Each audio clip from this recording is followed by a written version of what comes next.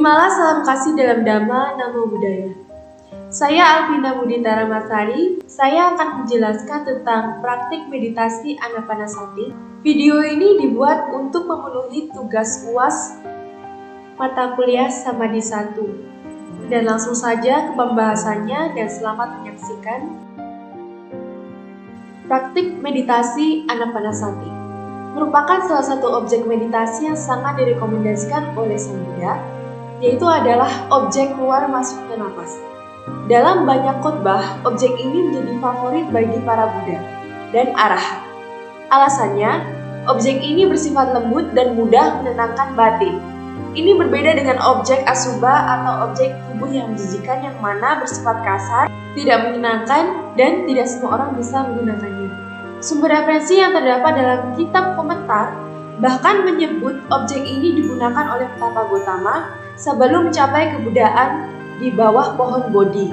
Dengan objek ini, beliau mencapai jana pertama, keempat, dengan kekuatan jana yang diperoleh beliau. Mengarahkan batinnya untuk melihat kehidupan-kehidupan yang lampau, kelahiran makhluk-makhluk karena perbuatannya, dan akhirnya mencapai kebudayaan dengan menembus 4 kebenaran ini. Praktik Anapanasati telah dijelaskan oleh Sang Buddha dalam Anapanasati Sutta. Anapanasati itu tersendiri berasal dari kata Anapana dan Sati. Anapana artinya keluar masuknya napas, sedangkan Sati adalah perhatian. Maka praktik ini mengacu pada perhatian terhadap keluar masuknya napas. Dalam praktik ini, seseorang membutuhkan berbagai persiapan. Dalam kitab komentar menyebutkan seseorang hendaknya membersihkan tubuhnya terlebih dahulu, memotong kukunya maupun rambutnya, dan mengenakan pakaian atau jubah yang bersih. Selanjutnya, ia mempersiapkan tempat yang sepi, bebas dari kebisingan. Semaksimal mungkin tempat yang alami seperti hutan, pangkal pohon, dan gunung. Di sana, ia mempersiapkan tempat duduk yang dapat digunakan dengan lebih nyaman. Setelah mendapatkan tempat yang demikian, seseorang bisa melakukan meditasi dengan duduk bersila, dengan badan ditegakkan, adalah pertama untuk memunculkan semangat guna melenyapkan kemalasan. Yang kedua, agar napas yang menjadi objek perhatian proses dengan lancar. Yang ketiga, supaya tulang belakang tertata dengan rapi, sehingga tidak menyebabkan tubuh sakit dalam bermeditasi. Sementara itu, kedua tangan diletakkan di atas pangkuan dan 2 mata dipejamkan. Setelah mendapatkan sikap duduk yang demikian, seseorang hendaknya bertekad terlebih dahulu dan memunculkan pikiran-pikiran yang baik bahwa meditasi akan dilakukan pasti memberi manfaat. Selanjutnya, ia menenangkan tubuhnya terlebih dahulu, membuat seluruh tubuh rileks. Jika sudah mendapatkan tubuh yang rileks, ia bisa mulai mengarahkan perhatiannya pada masuknya napas.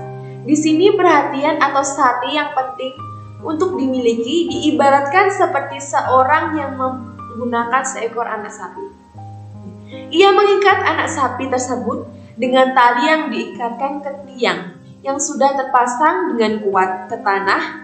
Ketika itu terjadi, anak sapi tersebut masih meronta-ronta, ingin terlepas dari ikatan, namun lama-kelamaan kelelahan sendiri, dan akhirnya duduk di bawah tiang. Dalam perumpamaan ini, tali adalah perhatian, sedangkan tiang adalah objek keluar masuknya napas. Napas dengan perhatian pikiran liar selalu ditarik untuk kembali pada keluar masuknya napas. Awalnya pikiran tersebut terus meronta-ronta, akan tetapi karena terus ditarik ke objek meditasi, lama-kelamaan pikiran tersebut menjadi jinak bersama dengan keluar masuknya napas. Dan demikianlah dari objek keluar masuknya napas. Demikian dari objek keluar masuknya napas sangat penting dimiliki dalam meditasi. Saat awal meditasi, yang terpenting adalah seorang sadar atau penuh perhatian bahwa ada napas masuk dan ada napas keluar, tanpa melihat panjang dan pendeknya. Sang Buddha mengatakan, Satowa asati, satowa pasata. Namun seiring dengan praktik seseorang bisa melihat ada napas, panjang, ada napas pendek, baik ketika napas masuk maupun keluar. Digangwa, asasato, digangwa, pasanto, rasangwa, asanto, rasangwa, pasato. Dalam latihan selanjutnya, seseorang juga hendaknya berlatih untuk ketahui keseluruhannya, napas baik dari awal sampai akhir, baik ketika napas masuk, baik ketika napas keluar. Dalam hal ini, upaya harus dilakukan untuk semaksimal mungkin memperhatikan seluruh napas dari awal hingga akhir seiring dengan waktu napas akan semakin lembut dan tenang. Kondisi ini sangat baik dan bahkan dianjurkan oleh Sang Buddha dengan mengatakan pasambayang kaya sangkarang, yang artinya napas harus ditenangkan. Akan tetapi dalam kondisi seperti ini, pikiran mudah sekali melamun atau seseorang menjadi kebingungan seakan objeknya lenyap dari kondisi ini. Perhatian harus dipertajam. Jika proses ini dilakukan dengan baik, maka batin menjadi tenang. Rintangan batin lenyap dengan kegioran atau piti dalam bahasa Pali, ketenangan, pasadi, kebahagiaan, suka, dan batin yang terkonsentrasi ekagata. Dalam mulai muncul sebagai puncaknya pencapaian jana dapat diperoleh dengan kekuatan jana, kebebasan atau nibbana, dapat direalisasi bahkan dalam khotbah Sang Buddha. Seseorang yang mempraktikkan anapanasati dengan baik dapat melihat napas terakhirnya, artinya ia meninggal dengan batin yang tenang dan terkonsentrasi. Demikianlah praktik anapanasati dari awal sampai dengan memberikan manfaat. Kesimpulan dari pembahasan yang saya jabarkan tadi, yaitu praktik meditasi anapanasati atau meditasi dengan objek perhatian pada keluar masuknya napas. Praktik ini sangat dianjurkan oleh Buddha karena bersifat lembut dan mudah untuk menenangkan batin.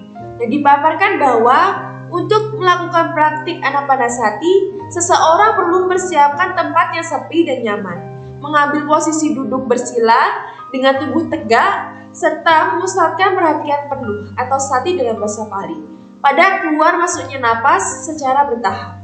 Dimulai dari sekedar menyadari adanya napas keluar dan napas masuk, lalu memperhatikan panjang pendeknya napas, keseluruhan proses napas, hingga pada akhirnya melatih untuk menenangkan napas. Apabila dilakukan dengan benar, praktik anapanasati akan membawa ketenangan batin, kebahagiaan, dan konsentrasi atau jana. Dengan kekuatan jana yang diperoleh, seseorang berpotensi untuk mencapai pembebasan atau nibbana. Secara keseluruhan, penjelasan tersebut memberikan panduan lengkap tentang praktik meditasi anapanasati serta manfaat dalam mencapai ketenangan batin dan pembebasan.